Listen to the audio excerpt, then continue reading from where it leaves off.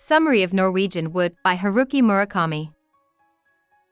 Toru Watanabe, who is 37 years old, lands at the airport in Hamburg, Germany, to the sound of a musical cover of the Beatles' Norwegian Wood playing on the plane.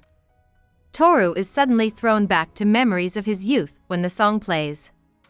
The year is 1968, and Toru is a student at Tokyo's Waseda University. Although there is a student revolt going on at school, Toru stays out of politics as he settles into his room. One afternoon, Toru meets Naoko, a friend from his Kobe hometown. Naoko used to be dating Kazuki, Toru's best friend from high school, but he killed himself during their final year.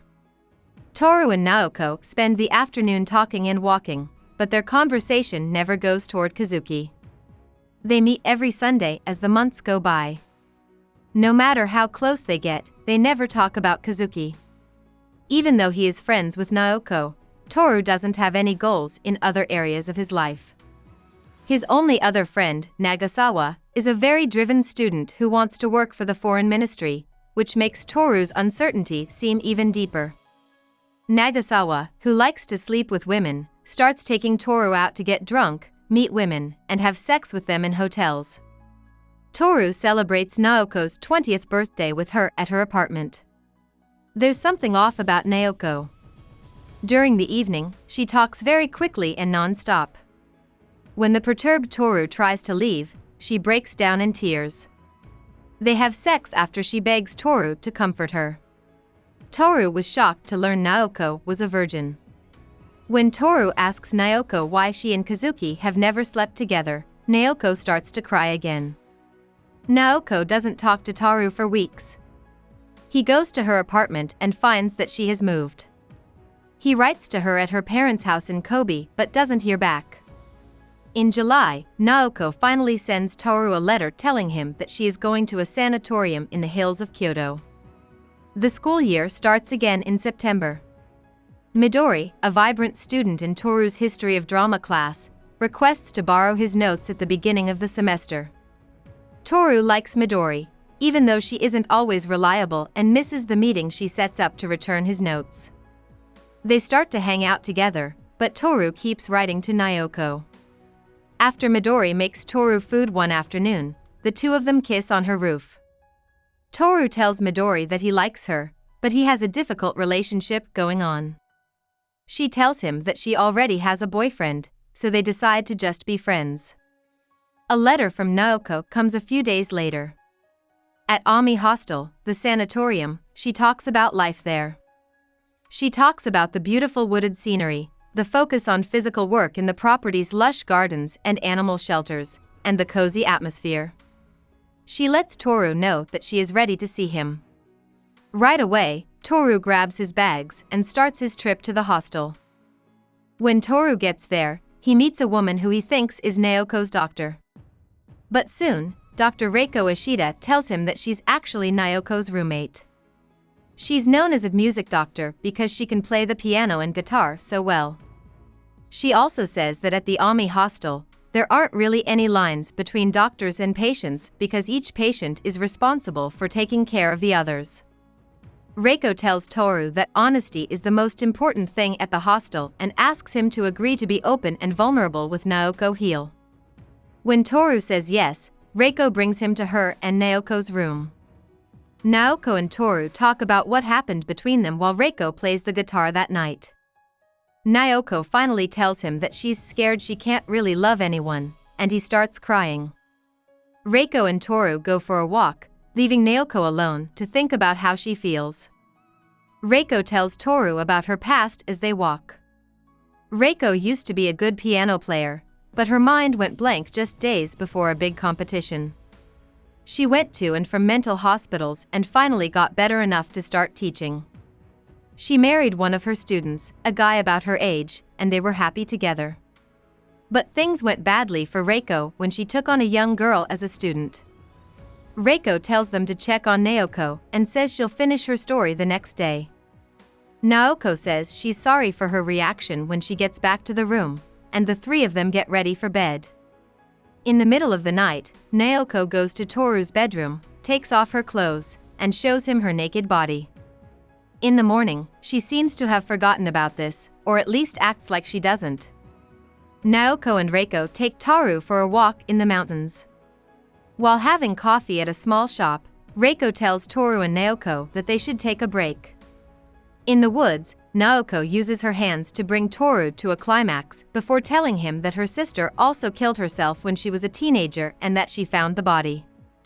She tells Toru that she's too hurt to love someone else and wants him to live his life without her, but Toru says he will wait for Naoko. Toru and Reiko go for another walk that night, and Reiko finishes her story. She says that her student was a pathological liar who got Reiko to do sexual things with him by saying he was sick to get her into the bedroom. Reiko broke up the tryst, but her angry student told everyone that Reiko had raped her. That's when Reiko's mind went blank again, and she ran away to the Ami hostel, where she has been ever since. Reiko says she's scared to go back into the world, but Toru tells her he has faith in her. Toru goes back to Tokyo in the morning, a little sad to be going back to the outside world. The next day, Toru meets Midori, and she asks him to come over. They drink a lot together, and Midori tells Toru that she wants him. Although Toru laughs off her approaches, he agrees to meet up with her again on Sunday. On Sunday, Midori picks up Toru from his dorm. While they're walking to the train station, Toru asks Midori where they're going. She tells him that they're going to see her dying father in the hospital because of a brain tumor. Midori apologizes casually for telling Toru her father lived in Uruguay. Mr. Kobayashi is very sick and can hardly talk. Toru is pleased by Midori's bedside manner, but she also knows that she must be very tired. So she offers to take care of her father in the afternoon. Toru takes care of Mr. Kobayashi while Midori is out. Mr. Kobayashi talks about Midori and a Ueno station ticket in a vague way. When Midori comes back and Toru asks her about the message, Midori remembers how she ran away from home as a child and left from Ueno station before her dad came to get her. At some point, Midori thinks her father asked Toru to look after her, so she asks him if he will. Toru tells Midori that he will always love her. After a few days, Midori's dad dies, and she stops going to class. Toru starts writing to Naoko again because she is missing her. For the next few months, Toru keeps seeing Midori and writing to Naoko. He goes to the Ami hostel over the winter break. In the little time they get to be alone, he and Naoko do sexual things. Toru wants Naoko to move in with him when he gets his own room in the spring. Naoko is worried about being able to be physically or mentally involved in a relationship, but Toru says he will wait as long as it takes. Soon after the new year, Toru moves back to Tokyo and gets a new flat in a suburb. He writes to Naoko about the move but forgets to tell Midori.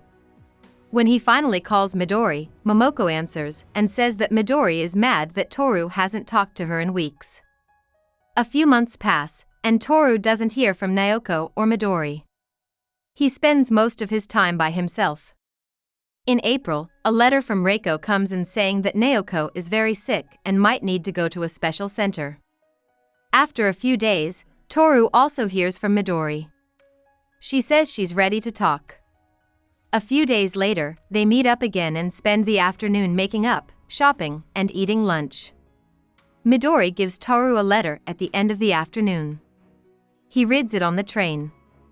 The letter, which was written while they were sitting on a park bench that afternoon, shows how upset Midori is with Toru's lack of interest in her and his refusal to really connect with her. She tells Toru that she doesn't want to talk or see him anymore. This is in May. Reiko writes to Toru to let him know that Naoko, who has been hearing voices, has been moved to a different hospital. She gives Toru Naoko's new address, and he writes to her there, but he doesn't hear back. Midori walks up to Toru after class one day in June and tells him she's ready to talk.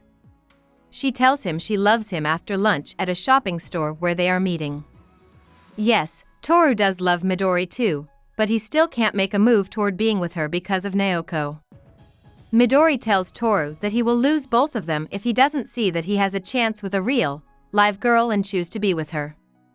In August, Toru learns that Naoko has died.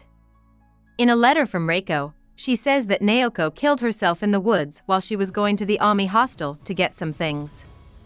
Toru writes to his boss in Midori to let them know he'll be gone for a while because he's sad. He then packs his bags and takes the first train out of Tokyo. For the next few weeks, Toru goes from village to village without a plan and without any money. Every night, he has terrible dreams in which Naoko tells him that death isn't so bad and invites him to join her. After running into a fisherman who has also lost a loved one by accident, Toru learns he needs to get over his sadness. The next train stop is close by, so he buys a ticket back to Tokyo. Reiko soon calls Toru. She is leaving the Ami hostel and wants to know if she can stop by on her way north to start a new life. Toru agrees, and the next day he is happy to see Reiko at the station. She tells him that she is going to teach music at a school in Asahikawa, which is a village in the far north of Japan. That night, they have their own private funeral for Naoko. They play her favorite songs, including several versions of Norwegian Wood by the Beatles, until late at night. After the small ritual, Toru and Reiko have sex, which is a very happy and exciting time. Toru takes Reiko to the train station the next day and says he will see her one day. Toru quickly calls Midori from a payphone. He tells her he's finally ready to be with her, she's all he wants in the world, when she picks up the phone. Midori asks Toru where he is after a short pause. He has a deep moment of confusion as he looks around at the shapes of people walking by all around him. He shouts Midori's name from a place that is no place. About the author. Haruki Murakami, born January 12, 1949, in Kyoto, Japan, is a renowned author celebrated for his unique blend of magical realism, surrealism, and existential themes. His works, including Norwegian Wood, Kafka on the Shore, and 1Q84, often explore complex psychological landscapes and intricate plots that blur the lines between reality and fantasy. Murakami's distinct narrative style, characterized by introspective characters and a deep sense of melancholy, has earned him a global readership. He draws inspiration from Western literature and music, notably jazz, which frequently features in his stories. Murakami's novels and short stories have been translated into numerous languages, solidifying his international acclaim. Despite his literary success, Murakami remains a private individual, preferring a routine of writing, running, and translating works by other authors. His contributions to contemporary literature have earned him various accolades, and he continues to be a significant figure in both Japanese and global literary circles. Hope we summarized it fully and you liked it. Please hit the like button and subscribe to our channel so that we are motivated to create more videos.